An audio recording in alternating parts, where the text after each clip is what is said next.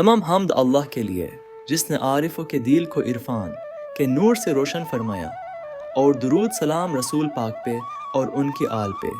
آج میں آپ کو امام حسین کے غم میں رونے کی فضیلت بتاؤں گا۔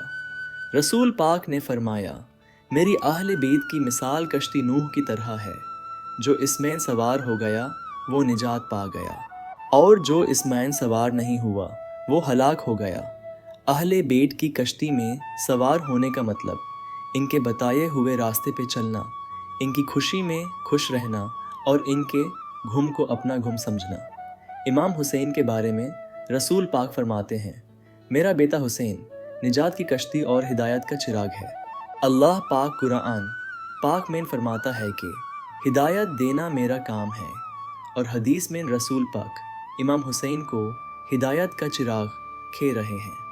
اب جب بھی کسی کو ہدایت ملے گی امام حسین کے ذریعے ملے گی۔ اب ہمیں اگر اللہ کی برگاہ میں مقبول ہونا ہے اور اللہ سے ہدایت چاہیے تو امام حسین سے محبت کرنی ہوگی، امام حسین کے بتائے ہوئے راستے پر چلنا ہوگا، اور امام حسین کے غم کو اپنا غم سمجھنا ہوگا۔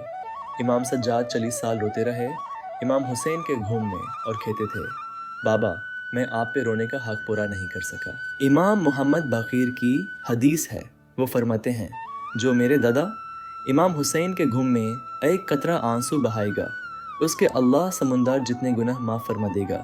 اسی حدیث کو لے کر دو عالموں کے درمیان بحث ہو گئی۔ ایک عالم دوسرے عالم سے کہنے لگا، یہ حدیث جھوٹی ہے، میں اس حدیث کو نہیں مانتا۔ یہ کہہ کر وہ عالم اس مجلس سے اٹھ کر چلا گیا۔ رات کو اس عالم نے خواب میں دیکھا کہ روز محشر ہے، سب کی زبان کتے کی طرح باہر نکلی ہوئی ہے اور سب پیاس سے چلا رہے ہیں۔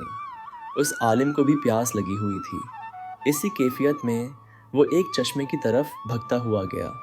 اس چشمے کے پاس بہت نورانی چہرے والے مرد کھڑے تھے اور ایک سیاہ پوش بیوی بھی وہاں موجود تھی، لیکن اس عالم کی ان مردوں سے بات کرنے کی ہمت نہیں ہوئی۔ وہ بیوی کے پاس آیا اور کہا، بیوی کچھ پانی ملے گا، بہت پیاس لگی ہے۔ اس بیوی نے جواب دیا، چل ہٹ، دنیا میں تو کیا کہتا تھا کہ میرے بیٹے حسین پر رونے سے سمندر جتنے گناہ معاف نہیں ہوتے؟ تجھے کیا پتا میرا بیٹا حسین کتنا مظلوم ہے؟ وہ بیوی اور کوئی نہیں، سیدہ پاک بی بی فاطمہ زہرا کی ذات تھی۔